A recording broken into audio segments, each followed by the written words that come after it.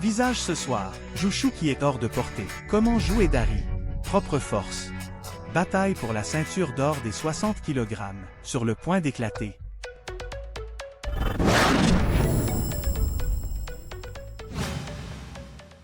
D'abord, s'il vous plaît contestez. Joueur du côté bleu. Aïdari. Here comes the blue corner from Iran. I give you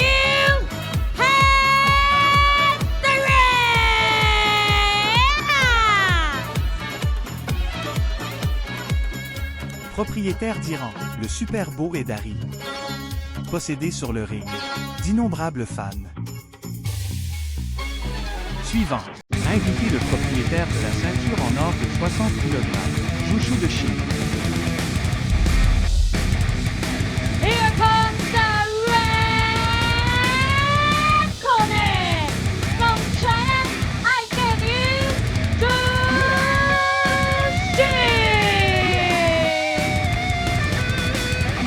Bienvenue, Jushu. C'est sa 4e fois sur la scène défensive. Pourra-t-il réussir à défendre son titre dans ce match? Attendons et voyons ensemble. Le joueur beau des plus grands Edari. 25 ans, 174 cm. Record de carrière, 86 combats, 75 victoires. Joueur du côté rouge, champion en titre transition. Âge 23 ans, hauteur 172 cm. Record de carrière, 32 combats, 26 victoires. Plus haut les adversaires 10 fois.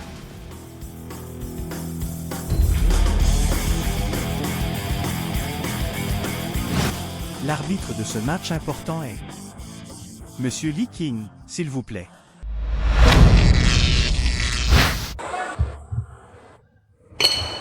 L'équipe bleue est Edari d'Iran. Le côté rouge est Jushu, un joueur chinois. C'est Jushu. Aujourd'hui, c'est aussi sa 4e fois. Défendre la légende de MMA 60 kg. Cette ceinture en or correspond.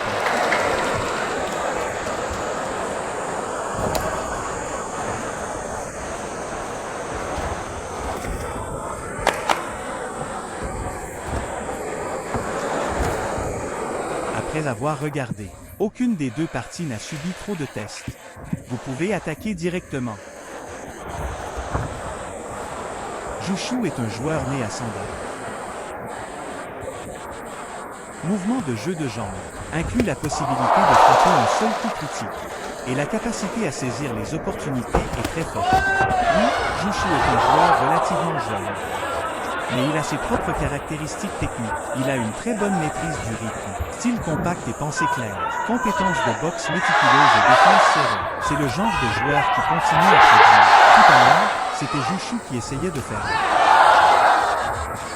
En volant jusqu'au genou, Edari a contre-attaqué avec un crochet latéral avec sa main avant. Les réalisations de Edari dans MMA Legends, tout à l'heure, c'était un balayage bas de la jambe avant de Edari. C'était juste au moment où Jushu était sur le point de faire un crochet plat avec sa main avant. Coup de pied à l'entrejambe. Je pense que c'est très sérieux, bien qu'il y ait une pause de 5 minutes. Mais cette fois, je pense vraiment que c'est assez difficile à juger de la performance actuelle de Jushu. Nous espérons également qu'il pourra récupérer le plus rapidement possible. Alors continuez à revenir à cet état de combat, car après tout, c'est une bataille pour la ceinture d'or. Si ce jeu se produit maintenant, si Jushu ne peut pas se lever, je pense que c'est à cause de Aidari qu'il n'a pas commis la faute intentionnellement. Ce sera un jeu inefficace. Alors combat-toi un autre jour. Nous avons également entendu les amis du public crier le nom de Jushu. Bravo pour lui. Encouragez-vous. Notre public a été choqué par l'esprit tenace de Jushu. Parce que j'ai vécu ce genre d'expérience lors de compétitions précédentes, même si je me lève, cette action après toi. Et est-ce votre pression psychologique ou ce genre d'influence? Toujours très, très gros. Je serai intéressé par cette action pendant un certain temps. Ombre psychologique.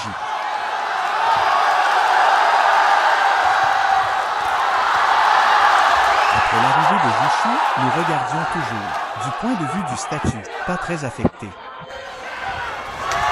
Regardez cette action tout à l'heure. Quand Aidari fait un balayage bas de sa jambe avant, la réaction de Jushu a été très sensible.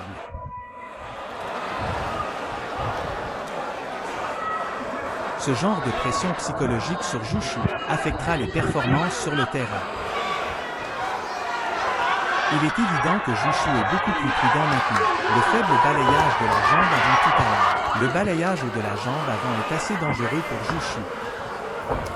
Ok, retourne-toi et détends-toi. Il a été esquivé latéralement par Aidari.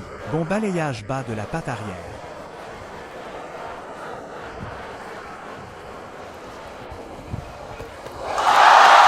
C'est un balayage élevé que Jushu regarde en arrière. Après cette esquive en arrière, la contre-attaque immédiate de cette technique de boxe. Jang Tao, je veux poser une question. C'est pour avoir reçu un coup de pied à l'entrejambe comme tout à l'heure. Et c'est un coup de pied très sérieux. Cela affectera-t-il la décision de l'arbitre? Coup de pied dans l'entrejambe? C'est juste parce que c'est la première fois. Parce que nous pouvons voir. C'est à cause de l'habitude d'agir. Causant cette blessure. Première fois, deuxième fois. L'arbitre vous donnera un avertissement.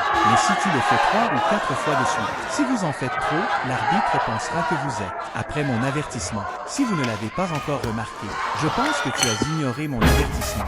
Ensuite, des points vous seront déduits, ou des mesures de punition. On peut voir que Jushu souffre toujours. Je pense que le premier jeu, l'ensemble du jeu a été complètement influencé par Jushu.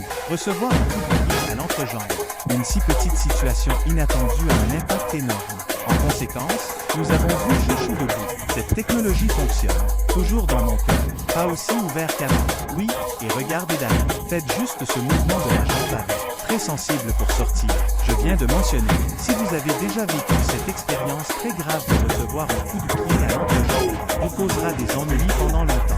Voyez votre adversaire faire ce mouvement. Il y aura des ombres dans mon cœur.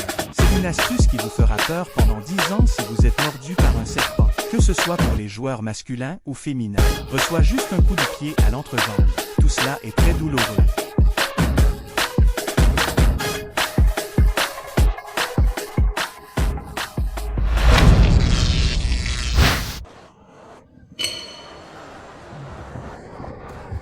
Le deuxième jeu commence. Jushu frappe juste derrière. Le joueur Jushu a pris l'initiative d'attaquer. L'efficacité de cette attaque en un seul clic est assez élevée. De plus, la vitesse de l'attaque et la dissimulation de son activation sont assez fortes. Oui, il peut être considéré comme un joueur relativement représentatif de son âge. Jushu a commencé à jouer au jeu. Il a toujours conservé cet avantage. Mais après ce genre de poursuite continue dans le demi-fond et d'avantage continu, la capacité d'élargir continuellement les résultats. Je suis également le concours à cause du concours.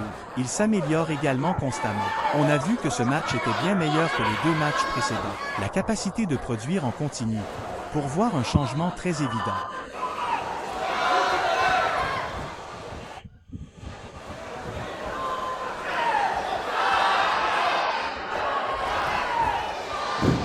Puis Jushu cesse de retourner et à reculer.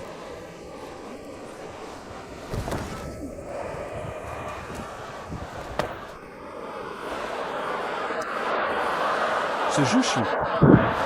Bien que pas frappé, mais je veux dire, tu devrais faire plus attention. Ok, j'ai déjà très mal.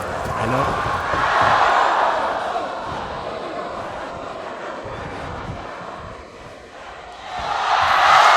Jushu s'est connecté avec la jambe, puis a donné un coup du pied avec un crochet.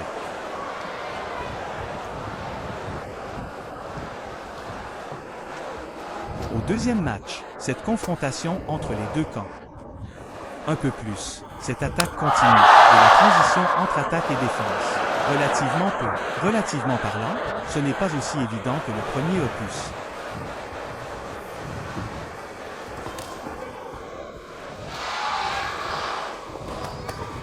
La combinaison continue des coups de poing de Jushu, mais frappe ce Aida sur ce bras défensif. Un autre genou volant en l'air. Mais à cause de l'angle et le déplacement du corps de Heydari, n'a pas réussi.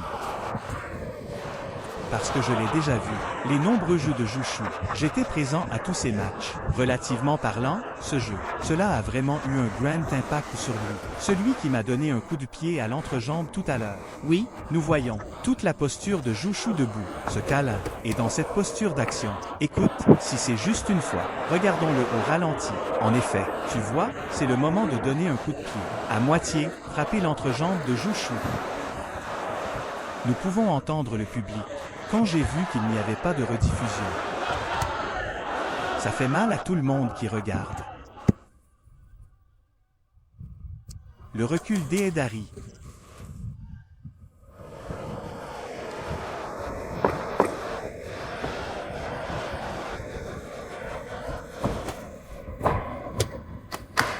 Je me présente encore plusieurs fois quand je sors. Cela peut également être dû à l'influence d'un coup de pied à l'entrejambe. Il y en a encore, avec un adversaire comme ça. Attaque continue à moyenne distance. Autrement dit, des coups continus. Transitions offensives et défensives continuent. Il y a encore un petit lien. Il en manque un peu.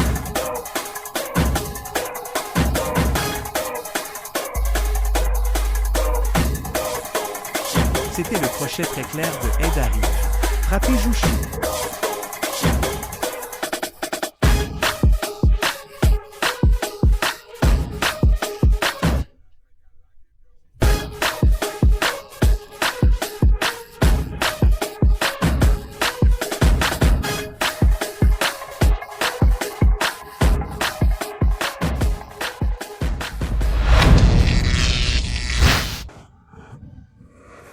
Bon, le troisième jeu commence. Heydari frappe un balayage de la jambe avant. Jushu a essayé de faire une feinte avec sa main avant. Détruisez le rythme offensif de l'adversaire. Ok, changez de poinçon continuellement. Je n'ai pas suivi à ce moment-là. Puis il frappe à gauche et à droite pour le rencontrer.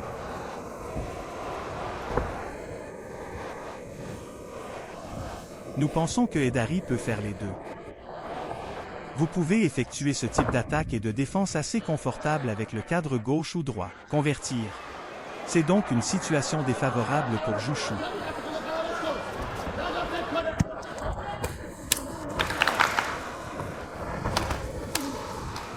La réaction de Heydari fut également assez rapide. Quand Jushu est sorti pour un balayage bas, les dernières contre-attaques avec des crochets plats de la main avant étaient terminées.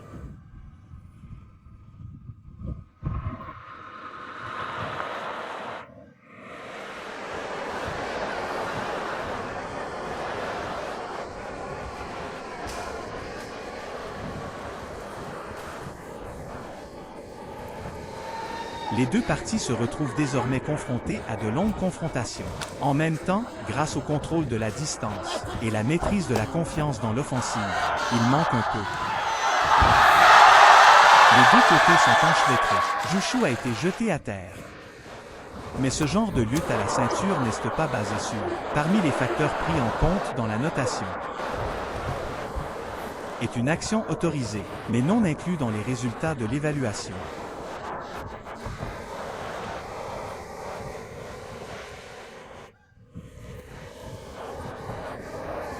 Et au troisième tour, Jushu, il a toujours joué très calmement et tranquillement. Mais si j'étais plus proactif à ce moment-là, l'effet sera bien meilleur.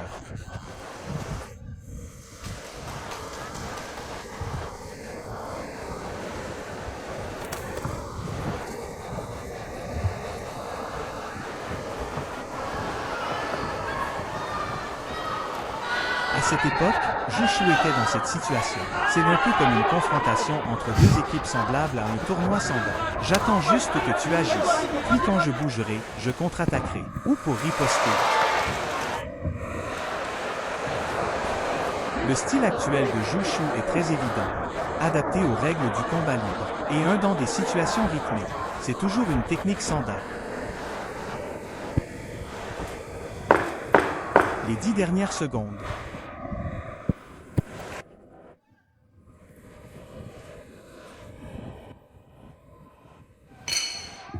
Jeu terminé. Au fait, qu'en est-il de ce jeu? Jouchou n'a pas joué le style technique qu'il aurait dû. Oui, pour moi, ce petit joueur Jouchou, je suis toujours très optimiste. Il est en bon état, forme physique et sens du terrain. Et la réponse et l'adaptabilité sont assez fortes. En fin de compte, notre porte-ceinture en or Jouchou pourra-t-il défendre son titre avec succès? Annonce pour vous ensuite. Décision finale de l'arbitre. L'arbitre numéro 1 marque 30 à 27. L'arbitre numéro 2 marque 29 à 29. L'arbitre numéro 3 marque 30 à 27. L'arbitre numéro 4 a marqué 29 à 28. L'arbitre numéro 5 marque 30 à 29.